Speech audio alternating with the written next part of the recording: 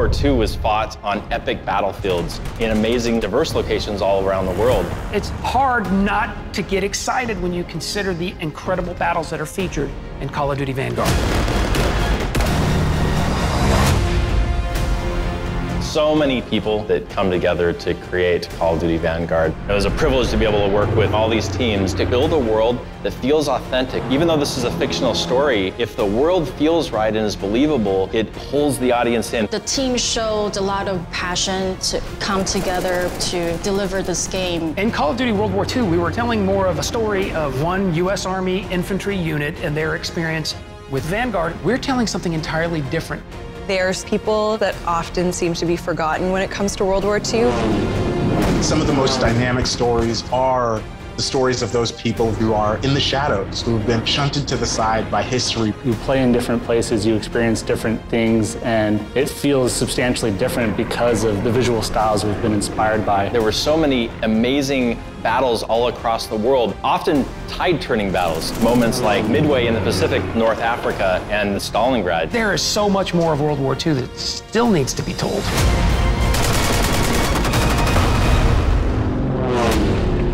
Call of Duty Vanguard focuses around a special forces team that is sent into the heart of Germany at the very tail end of the Second World War. What we were attempting to create was an origin story for special operators. The stakes are pretty high as they're trying to end the Reich once and for all. We see these characters who've all done incredible things. The reason that they're put into this situation is because time is of the essence, and they can get into Germany much faster than a conventional military could.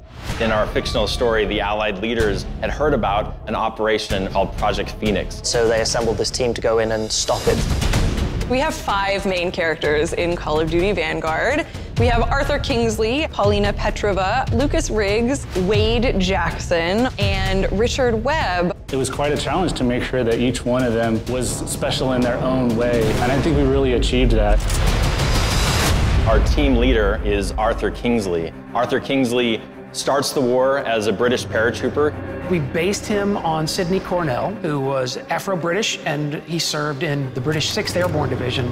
His journey is really all about becoming a leader during the events of Operation Tonga. He is, I think, one of the most creative and complex characters that I certainly have ever encountered in games. To see a character like Arthur Kingsley exist, particularly in a Call of Duty franchise, it just blows my mind.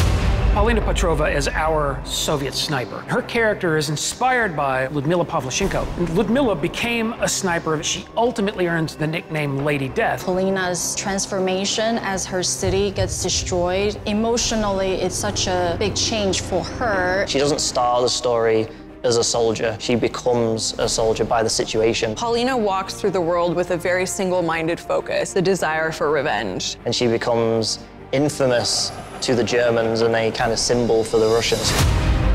Our Lucas Riggs character is inspired by men who actually experienced the siege of Tobruk during the Second World War. These Australian fighters, the Rats of Tobruk. And Lucas's story is one of rebellion against authority. The British, who commanded his forces, didn't really treat the Australians with the same level of respect as they did the other British soldiers. It's a very underdog story.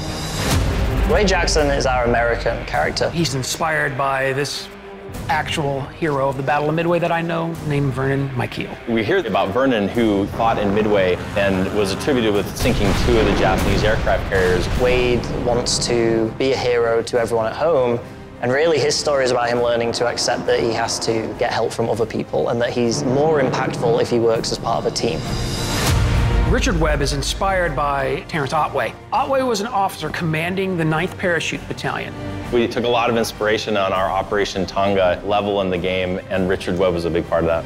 Richard Webb and Arthur Kingsley, they're serving together on D-Day as British paratroopers, and then they ultimately become critical members of this special operations team.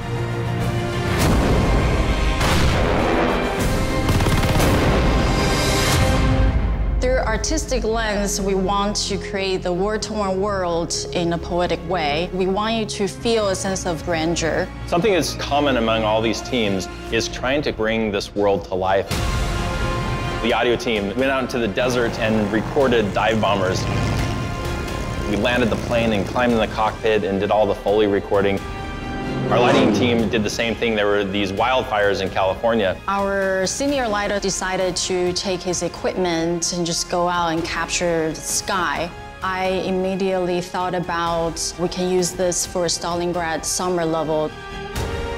I feel really lucky to get to work with our narrative team, which started out as Steven and Brent, and then they brought on myself and Tochi. There's so many different people from so many different backgrounds, each doing their own part. So to be able to witness that progression and to now be a part of that progression from the creator standpoint, it's very empowering. It just ended up being such a wonderful melting pot of people and ideas and perspectives that all came together to work so well to craft something that we're all really happy with. Working with actors, they really bring extra elements to the characters that we don't necessarily have when they're just words on a page, and then they really bring them to life during our performance capture sessions. And then we put it straight into our game. You know about Wade, but they haven't caught him yet.